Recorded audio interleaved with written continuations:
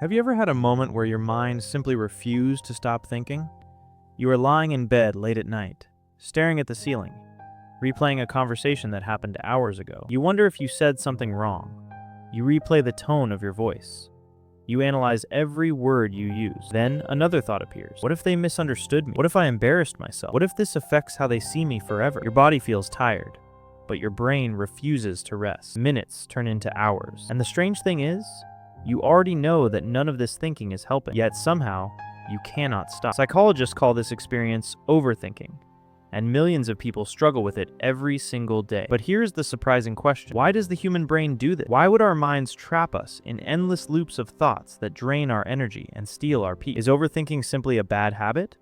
Or is it actually built into the way the human brain works? Today, we are going to explore the psychology of overthinking. We will look at what psychologists and neuroscientists have discovered about it. We will understand why some minds get trapped in thought loops. And by the end of this video, you will understand something powerful. Overthinking is not just about thinking too much. It is about how the human brain tries to protect itself from uncertainty. What overthinking really is. Most people assume that overthinking simply means thinking more than usual, but psychologists define it in a very specific way. One of the most important researchers in this field was Dr. Susan Nolan Hoeksema, a professor of psychology at Yale University. She spent decades studying a mental process called rumination. Rumination happens when a person repeatedly focuses on the causes and consequences of their problems without moving toward a solution. In other words, the brain keeps analyzing the same thoughts again and again.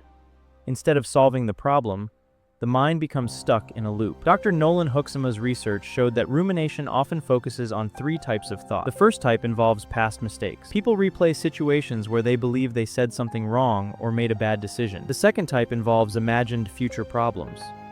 The brain begins predicting worst-case scenarios that may never happen. The third type involves self-criticism. Instead of looking at the situation objectively, the mind begins blaming itself. Over time, these repeated thoughts become automatic. The brain develops a habit of returning to the same mental patterns. This is why overthinking often feels impossible to stop. Why the brain is built for worry. To understand overthinking, we need to understand something fundamental about the human brain. The brain did not evolve to make us happy. The brain evolved to keep us alive. For most of human history, survival depended on detecting threats quickly. Our ancestors lived in environments filled with danger.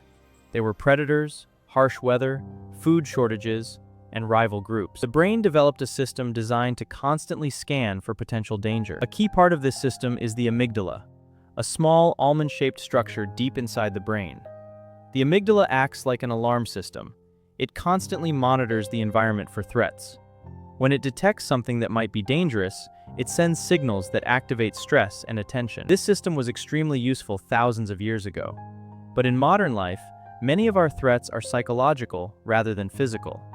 Instead of worrying about predators, we worry about embarrassment, rejection, failure, and uncertainty. The brain reacts to these situations as if they were survival threats, so it begins analyzing them repeatedly. This is one of the main reasons overthinking exists. Your brain is trying to protect you from making mistakes that might harm your social standing or future opportunity. The paradox of choice. Another important piece of the puzzle comes from the work of psychologist Barry Schwartz. Schwartz introduced a concept called the paradox of choice. His research found that having more choices does not always make people happy. In fact, too many options often make decisions more stressful. When the brain sees many possible outcomes, it begins comparing them endlessly. Imagine you are choosing a career. There are dozens of possible paths. Each path leads to a different future. Your brain begins asking questions. What if I choose the wrong one? What if another path would have made me happier? What if I regret this decision later? Instead of feeling confident, the brain becomes overwhelmed by possibility. This creates analysis paralysis, a state where thinking becomes so intense that it prevents action. Many overthinkers struggle with this pattern. They analyze every possible detail, searching for a perfect decision. But the search for perfection often leads to endless mental loops. The default mode network. Modern neuroscience has discovered another important factor behind overthinking. Scientists have identified a group of brain regions known as the default mode network, or DMN. This network becomes active when the brain is not focused on an external task. For example,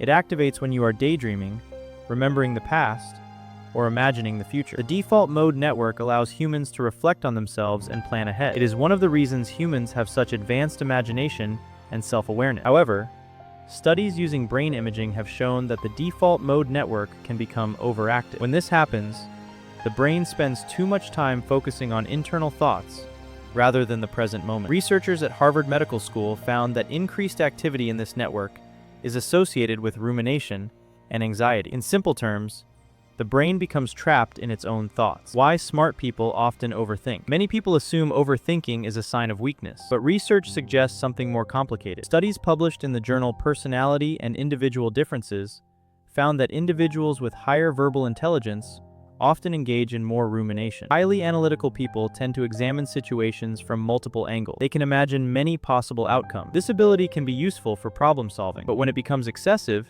it leads to overthinking. The mind starts exploring possibilities that may never happen. Instead of clarity, it creates uncertainty. The brain becomes overwhelmed by its own analytical power. The brain's negativity bias. Another psychological factor behind overthinking is something called negativity bias. Psychologist Rick Hansen explains that the human brain is naturally more sensitive to negative experiences than positive ones. Negative events are processed more deeply and remembered more strongly. From an evolutionary perspective, this makes perfect sense. If early humans ignored danger, the consequences could be fatal. So the brain developed a tendency to focus heavily on potential problems.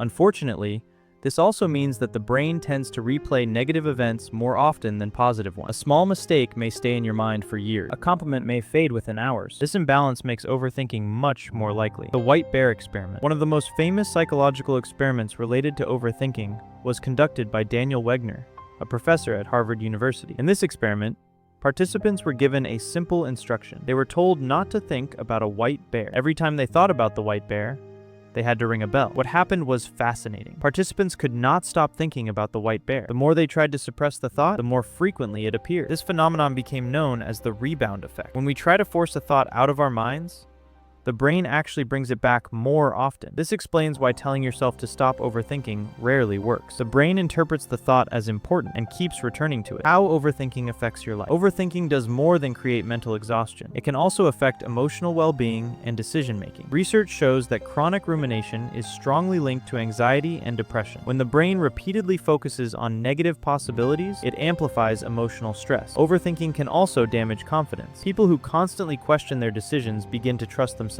less. Simple choices start to feel risky. Opportunities may be avoided because the mind predicts failure. Over time, this creates a cycle where fear of mistakes leads to inaction. How to break the overthinking loop. Breaking the cycle of overthinking requires changing how the brain responds to thoughts. One effective method is mindfulness. Mindfulness involves observing thoughts without immediately reacting to them. Instead of fighting a thought, you simply notice it and allow it to pass. Research from Harvard and other institutions shows that mindfulness meditation can reduce activity in the default mode network. This helps quiet the constant stream of internal thought. Another strategy is taking action quickly. Action interrupts rumination. When you begin moving toward a solution, the brain shifts its focus from endless analysis to problem solving. Even small actions can break the thinking loop. Powerful conclusion. Here is something important to remember. Overthinking is not a personal failure. It is a side effect of having a highly capable brain. Your mind is trying to protect you. It wants to prevent mistakes. It wants to predict the future. It wants to keep you safe. But sometimes the brain forgets that life cannot be controlled through endless analysis. Uncertainty is part of being human, and sometimes the most powerful thing you can do is accept that you cannot predict everything. You cannot analyze every outcome. You cannot solve every possibility inside your head. Sometimes peace begins the moment you stop trying to control every thought and simply allow your mind to rest.